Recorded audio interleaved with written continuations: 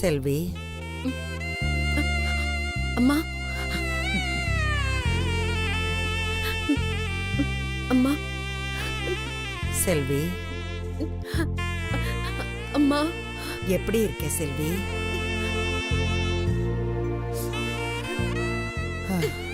உன் நிலைமை சரியில்லைன்னு எனக்கு தெரியுமா. உனக்காக தான் நான் இங்க வந்தேன். அம்மா உன் கையை கொஞ்சம் நீட்டு. நீட்டுமா.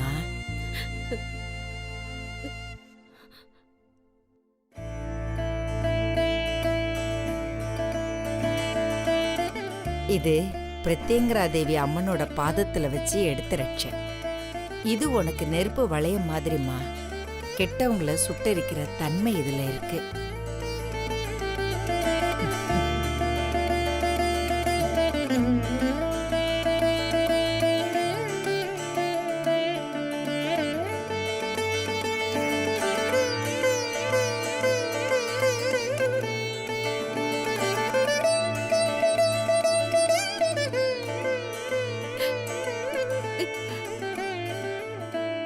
சந்தோஷ் உன்னை தனியா விட்டுட்டு போனது உன்னோட விதிமா. ஆனா நீ இனிமே உன்னை காப்பாத்திக்க வேண்டியது உன்னுடைய கடமை. அறிவை பயன்படுத்தி அது உன்னை ஆபத்துல இருந்து வெளியில கொண்டு வரும். வீசுற காத்து கூட விட்டு விட்டுதாம்மா வீசுது. ஆனா நான் ஓயாம ஓடிட்டு இருக்கேன்மா. என்னால முடியலம்மா. அப்ப என்னம்மா பண்ண போற? திரும்ப உன் அம்மா வீட்டுக்கே போறியா? நீ வாழ்க்கையில தோத்து போய் திரும்பவும் உன் வீட்டுக்கே போறதுன்னா எப்போவோ போயிருக்கலாமே. இத்தனை நாள் எதுக்கு இந்த வாழ்க்கை, இந்த போராட்டம், இந்த வேதனை, துன்பம் எல்லாம்? உனக்கு ஏற்பட போற கண்டத்துல இருந்து உன்னை இந்த ரட்சை காப்பாத்தும்மா. இது வரைக்கும் நீ செஞ்ச எல்லா புண்ணியமும் உனக்கு அரணா வந்து நிக்கும். அம்மா, இரும்ப கூட நெருப்புல வைக்க வைக்க வளைஞ்சிரும். ஆலமரம் கூட வெட்ட வெட்ட சாஞ்சிரும். எனக்கு இவங்க எல்லார்கிட்ட இருந்தும் என் புருஷனை காப்பாத்தணுங்கிற வைராகியம் இருக்கு. ஆனா என் உடம்புலயும் மனசுலயும் தாம்மா தெம்பில்ல. எனக்கு வாழவே தோணலம்மா. யோசிக்காம வார்த்தையை விடாத செல்வி. உன்னுடைய ஒவ்வொரு அசைவும் ஒவ்வொரு வார்த்தையும் உன் குழந்தையதான் போய் சேரும். நீ சிரிச்சா அது சிரிக்கும், நீ அழுதா அதுவும் அழுகும். பாத்துக்கோ.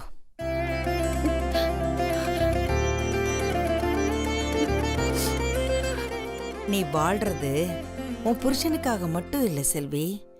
இந்த போராட்டமே உன்னுடைய குழந்தைய நல்லபடியா பெத்தெடுக்கணுங்கிறதுக்காகத்தானே. அதுக்காகத்தானே இத்தனை நாளும் நான் உனக்கு துணையா இருந்தேன். அம்மா, உன் குழந்தைய பாதிக்கிற மாதிரி இப்போதைக்கு நீ எந்த முடிவுமே எடுக்கக்கூடாது.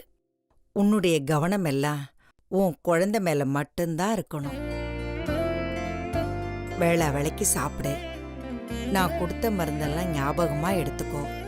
இந்த மாதிரி நேரத்துல உன்னுடைய வேகத்தை விட விவேகம்தான் உன்னை காப்பாத்துற ஆயுதமா இருக்கும். இத்தோட முடியும் நீ நினைக்கிற யுத்தம் இனிமேதாம்மா ஆரம்பிக்கவே போகுது. நீங்க சொல்றது எனக்கு புரியலம்மா. பட்டாம்பூச்சியோட நிலைமை தெரியுமா? அது பறக்கிறதுக்கு முன்னாடி வலி தாங்க முடியாம அழுது புலம்புமா. சில நேரங்கள்ல அது இறந்துட்டதா நினைச்சு கண்ணை முடிக்குமா. அது கண்ணை திறந்து பார்க்கும்போது அழகான வண்ணத்து பூச்சியா மாறி இருக்குமா. வலிய தாங்கிக்கோ. உன் குழந்தைக்காக எல்லாத்தையும் தாங்கிக்கோ. அது உன் வாழ்க்கையை வலிமையாக்கும். உனக்கு வெற்றி கிடைக்கும். இந்த ரட்சைய எக்காரணம் கொண்டும் கழட்டிடாத. இது கவசமா இருந்து உன்னை காப்பாத்தும்.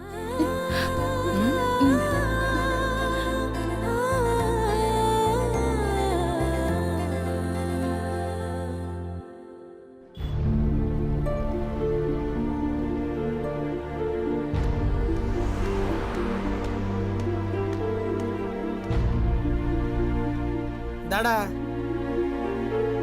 நான் பாக்குறேன். புடி குட்ரா.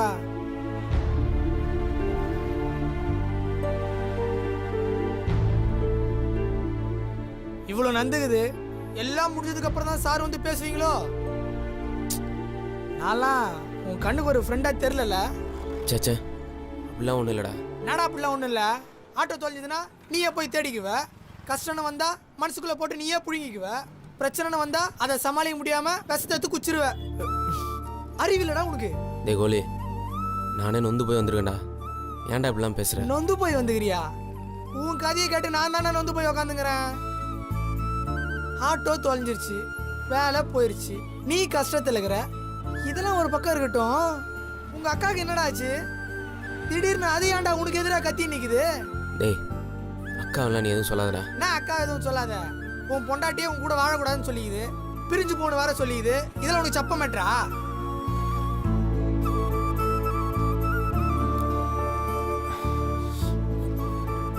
இங்க பாரு பிரபா, எனக்கு என்னமோ கையில் இன்னும் உன் மேலே பாசமாக இருக்குதான்னு நினைக்கிறேன். நீ பாட்டுக்கு சட்டம் ஒரு இருட்டறையில் வர்ற மாதிரி அக்காவுக்கு தியாகம் பண்ணுறேன், அக்காவுக்கு தான் எல்லாமே அப்படி இப்படின்னு தப்பா அதுவும் முடிவு எடுத்துறாரா? எதுவாக இருந்தாலும் பொறுமையாக யோசிச்சுடா. எல்லாம் முடிஞ்சு போச்சுடா. என்னடா முடிஞ்சு போச்சு? செத்த நாய் மேலே எத்தனை லாரி ஏறினேன்டா. நான் சாக போனதானே உனக்கு தெரியும். நான் ஏற்கனவே மனசளவில் செத்துட்டேன்டா. கையில் கை நிறைய சம்பாதிக்குது, நிறைய படிச்சிருக்கு. எத்தனை நாள் என்ன பாசமாக பார்த்துக்குது. ஆனால் அதுக்கு நான் இது வரைக்கும் என்னடா கொடுத்தேன்? ஒன்றும் இல்லைடா. வெறும் சோகம், அழுக, வெறுப்பு, பிரச்சனை. இதை தவிர அவளுக்கு நான் வேற எதுவுமே குத்ததில்லடா. டேய் பிரபா, அழாதடா. இல்லை மச்சான், விட்டுரு. கையில பத்தியெல்லாம் எதுவும் பேச வேணாம். நாடா பேசுற? இது உன் வாழ்க்கை மச்சி, யோசிச்சு தான் பேசுறியா? வேற என்னடா, எங்க அக்கா யோசிக்காம தான் பேசியிருக்குன்னு நினைக்கிறியா? தான் பெத்த பொண்ணு கல்யாணம் ஆனதுலேருந்து அழுதுட்டே இருந்தா ஒரு அம்மாங்க என்னடா தோணும்? அவ அழுகை நிறுத்தணும் தானே தோணும். அவ பிரச்சனையை தீக்கணும் தானடா தோணும். அவளோட பிரச்சனையை நான் தான்டா. நான் போயிட்டா அவ தானே சந்தோஷமா இருப்பாடா. என்னடா அப்படி பாக்குற? இது எங்க அக்கா சொல்ல, நானும் தான்டா சொல்றேன். டேய் பிரபா, என் கடுப்பு கலப்பாத. டேய் நீ என் வயிற்றுச்சல கலப்பாதடா. உன்கிட்ட மறைக்கிறதுக்கு என்னடா இருக்கு? என் கையில இப்ப வேலை இல்லை, என் பேக்ல 10 பைசா கூட இல்லை. அடுத்த வேலை சாப்பாட்டுக்கு எனக்கு என்ன பண்றதுன்னு கூட தெரியலடா. தோ இந்த டீ கூட உன் காசுல தானே வாங்கி குடிக்கிறேன். டேய் என்னடா பேசுற?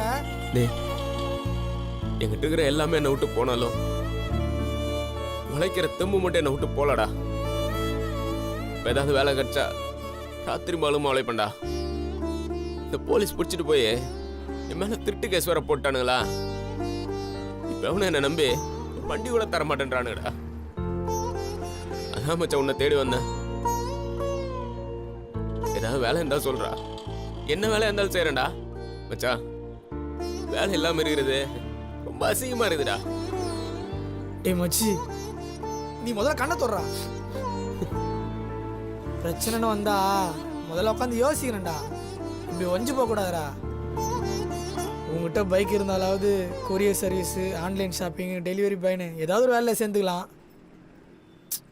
பைக்கும் இல்லையா? சரி, ஒரு மாதம் பொறுத்துக்கோ. செகண்ட் ஹேண்டில் எதனா பைக்கை முடிச்சு ஒரு நல்ல வேலையாக பிடிச்சிக்கலாம். அப்போ இன்னும் நான் 1 மாசத்துக்கு மானம் கெட்ட வாழ்க்கை தான் வாழணுமா? உனக்கு நான் பதில் சொல்கிறதுனே தெரிலடா. உன்னை இப்படியே விடவும் மனசு இல்லை. உனக்கு எதனா நல்லது பண்ணலான்னு பார்த்தா அதுக்கும் வழி இல்லை. உன்னை காப்பாற்ற அந்த ஆண்டவன் தான் இறங்கி வரணும் போலடா. நான் டிரைவர் கார் எடுத்துப்பா.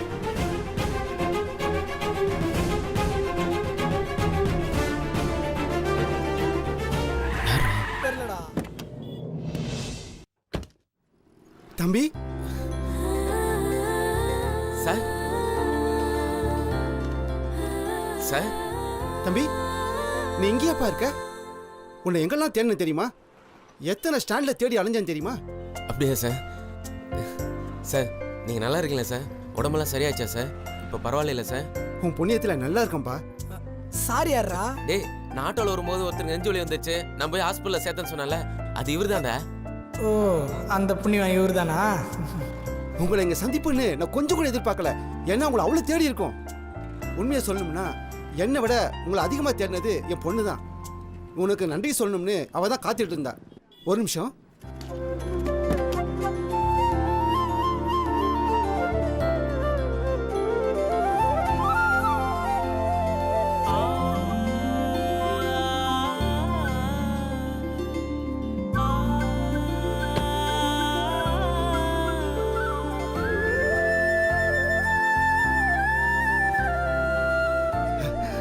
ராஜி, என்னை காப்பாத்தின தம்பியை எவ்வளவு தேடிட்டு இருந்தோம்ல, அது இவர்தாம்மா. வணக்கம். வணக்கம். ரொம்ப தேங்க்ஸ் சார். என்ன நீ என்ன போய் சாரி எல்லாம் சொல்லிட்டு? என் பேர் பிரபா, நீங்க என்ன பேர் சொல்லி கூப்பிடலாங்க. தம்பி, நான் என் பொண்ணு அவ்வளவுதான் எங்க குடும்பமே. நீ மட்டும் இல்லைன்னா நான் உன் கூட இங்க நின்று பேசிட்டு இருக்க மாட்டேன். தெய்வம் மனுஷ ரூபத்தை வந்து காப்பாத்துன்னு சொல்லுவாங்க. எங்க குடும்பத்தை காப்பாத்தின சாமி தம்பி நீங்க. ஐயோ என்ன சார் நீங்க போய் இப்படி பெரிய வார்த்தைலாம் பேசிட்டு? அந்த நேரத்தில் யாரா இருந்தாலும் இப்படிதான் சார் செஞ்சிருப்பாங்க. இல்லைங்க, நிச்சயமா செஞ்சிருக்க மாட்டாங்க. இதுவே வேற யாராவது இருந்திருந்தா நமக்கு எதுக்கு வம்புன்னு போயிட்டே இருந்திருப்பாங்க. ஆனா நீங்க எங்க அப்பாவை கொண்டு போய் ஹாஸ்பிட்டல்ல சேர்த்து டாக்டர் கிட்ட பேசி எனக்கு இன்ஃபார்ம் பண்ண சொல்லி கையெழுத்தெல்லாம் போட்டு என் அப்பாவை உயிரோடு எனக்கு மீட்டு கொடுத்துருக்கீங்க. எங்க அப்பா சொன்ன மாதிரி நீங்க தான் எங்க வீட்டு சாமி. எந்த நேரம் எங்க அப்பா உங்க வண்டியில ஏறினாரோ எங்க அப்பாக்கு உங்க மூலமா மறுஜென்மம் கிடைச்சிருக்கு. ஏமா போதும் நிறுத்துமா. டேய்ரா, எப்ப உங்க அப்பா வண்டியில ஏத்தனானோ அப்பயே வாழ்க்கை ஊத்தி மூடிக்குச்சு. என்னடா பேசுற? என்னது புரியல? அது வந்து நான் என்ன பொய்யா சொல்றேன்? உண்மையா தானே சொல்றேன். தம்பி, நீங்க என்ன சொல்றீங்க? சார் அன்னைக்கு சும்மா சார், அதெல்லாம் ஒண்ணும் இல்லை சார். இவன் ஏதோ வளர்றான் சார். நீங்க நல்லா இருக்கீங்களா சார்? அது போதும் சார். தம்பி இருங்க தம்பி, நீ சொல்லுப்பா. டேய் டேய் இருடா. சார் அன்னைக்கு கூட்டு போய் உங்களை ஹாஸ்பிட்டல்ல சேர்த்தான்ல, அப்பவே ஆட்டோட சேர்ந்து இவன் வாழ்க்கையும் தொலைஞ்சு போச்சு. சார் அன்னைக்கு உங்களை ஹாஸ்பிட்டல்ல சேர்த்துட்டு போனால, அந்த ஆட்டோ ஒரு கொலைகாரன் திருட்டான்.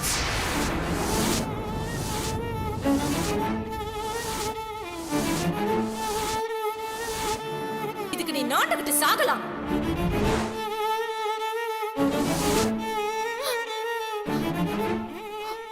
தம்பி, இவ்வளவு நடந்திருக்கு. நீ என்ன சேர்த்து ஹாஸ்பிட்டல் வந்து கேட்டிருந்தா கூட அட்ரஸ் கொடுத்துருப்பாங்களாப்பா? யாரு இவனா? சார் இவன் யார்கிட்ட உதவி எல்லாம் கேட்டு போக மாட்டான் சார். சார், என் கெட்ட நேரம் ஆட்டோ தொலைஞ்சு போச்சு. அதுக்கு யார் என்ன சார் பண்ண முடியும்? யாரு என்ன பண்ண முடியுமா சார்? அவன் உங்களுக்கு உதவி பண்ண போய் தான் ஆட்டோ தொலைச்சு வாழ்க்கையை தொலைச்சு இப்ப நடுத்தேர்ல நின்னுட்டு இருக்கான் சார். சும்மாறான்றல. டேய் என்னடா சும்மாறா? இங்க பாருங்க, உங்ககிட்ட இருந்து இவனுக்கு காசு பண்ணலாம் எதுவும் வேணாம். உங்களால முடிஞ்சா உங்களுக்கு தெரிஞ்ச இடத்துல சொல்லி இவனுக்கு ஒரு வேலை மட்டும் வாங்கி கொடுங்க. தயவு செய்து இந்த ஒரு உதவியை மட்டும் செய்யுங்க, உங்களுக்கு கோடி புண்ணியமா போகும். டேய் என்னடா பேசுற? நீ முதல்ல இங்க கிளம்பு. ஏன்டா போன உர்றா? அப்பா என் கார்டு கொடுங்க. இந்தாங்க தம்பி, வாங்கிக்க தம்பி. டெபிட் கார்டை கொடுத்து எவ்வளவு வேணும் எடுத்துக்கன்னு சொல்லுவான்னு பார்த்தா விசிட்டிங் கார்டை கொடுக்குறான் கஞ்சப்பைய. சார் முதல்ல அதை எடுத்து உள்ள வைங்க சார். என்ன சார் நீங்க இதெல்லாம் எதிர்பார்த்து உதவி செஞ்சா அதுக்கு பேர் உதவியே இல்லை சார். ப்ளீஸ் தயவு செஞ்சு வாங்கிக்கோங்க. தம்பி, என் பொண்ணு யார் கூடயும் அவ்வளோ சீக்கிரம் பேச மாட்டா. உங்க மேல எங்க 2 பேருக்கும் எவ்வளவு மரியாதைன்னு வார்த்தையில சொன்னா உனக்கு புரியாதுப்பா. தயவு செஞ்சு வாங்கிக்கப்பா. வாங்குடா. ப்ளீஸ் இந்தாங்க. வாங்குடா. எந்த பிரதிபலனும் எதிர்பார்க்காம செய்யறதுக்கு பேர் தாங்க உதவி. ஆனா நமக்கு உதவி செஞ்சவங்க கஷ்டத்துல இருக்கும்போது நாம உதவி செய்யறதுக்கு பேரு நன்றி. நானும் எங்க அப்பாவும் உங்களுக்கு வாழ்க்கை பூரா நன்றி கடன் பட்டிருக்கோம்.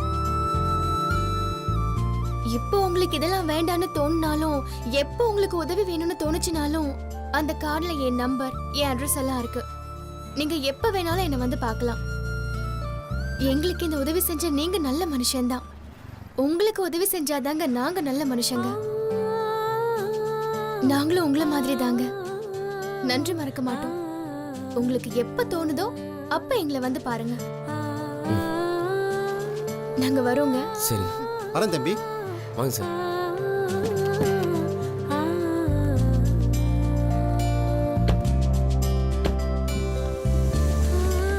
வரேங்க.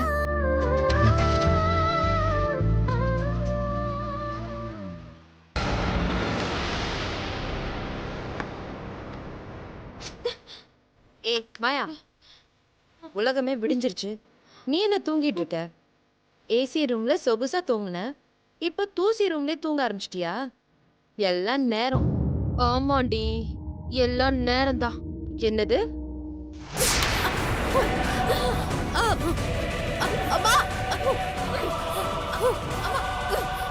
காப்பாத்துங்கப்பா, மாயா மேல கொல்றாங்க. ஐயா, மாயா மாயா அவளை விடாத மாயா. ஐயா காப்பாத்துங்கய்யா. அம்மா, அம்மா காப்பாத்துங்க. ஐயா, ஐயா காப்பாத்துங்கய்யா. அப்படிதான் மாயா, அவ தொண்டைக்குழியை நெரிச்சு அப்படியே அவளை கொன்னுடு. கில்கர் மாயா கில். அம்மா, ஏ செல்வி, முத்துவான் நடிச்சு எங்களெல்லாம் ஏமாத்துனல. சாவுடி, சாவு.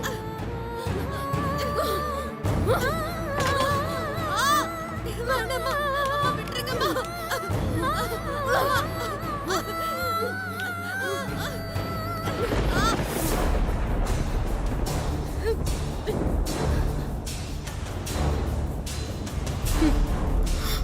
புலி தெரியுமாடி உனக்கு? அது டக்குன்னு பாயாது, மெதுவா பதுங்கி பதுங்கி தான் பாயும். அது எற சிக்கிற வரைக்கும் கொக்கு மாதிரி பொறுமையா காத்துட்டு இருக்கும். அப்புறம் அடிக்கும் பாரு ஒரு அடி, அது மரண அடி.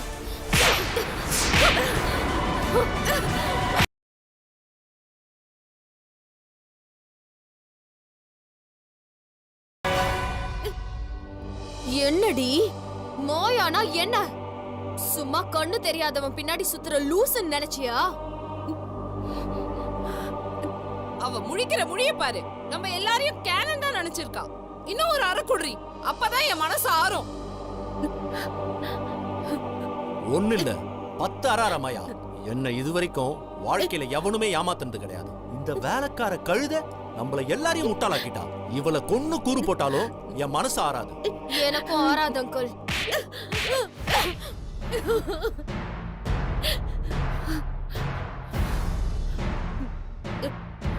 ஐயோ, ரத்தம் வருதா? பாவம். ஏய், எனக்கு எப்பப்பெல்லாம் தோணுதோ அப்பப்பெல்லாம் வந்து உன்னை அரைஞ்சுக்கிட்டே இருப்பேன்டி. நீ ரத்தம் கொக்கியே சாவணும். மாயா, நீ தப்புக்கு மேல தப்பு பண்ற. ஏய், இருங்க அங்கிள். தூக்கு தண்டனை கைதிய கூட கடைசியா 4 வார்த்தை பேச விடுவாங்க. அந்த மாதிரி நினைச்சுக்கோங்க. நீ பேசு செல்லம். மாயா, உன் குடும்பமே தப்பு செய்து உங்களை ரொம்ப நம்புற சந்தோஷுக்கு எல்லாரும் சேர்ந்து துரோகம் செய்றீங்க. எப்பதான் இதெல்லாம் நிறுத்த போறீங்க? ஏய், 2 வார்த்தை நீ பேசுறத காது கொடுத்து கேட்டா அதுக்கு நீ என்ன வேணாலும் பேசுற பாத்தியா? அதுதான் திமிருன்றது. வலிக்குதா? வலிக்குதா? இப்ப வலிக்குதா? என்ன சொன்ன? நாங்க செய்யறது துரோகமா? அப்ப முத்து மாதிரி நடிச்சு எங்க எல்லாரையும் ஏமாத்தினியே, அதுக்கு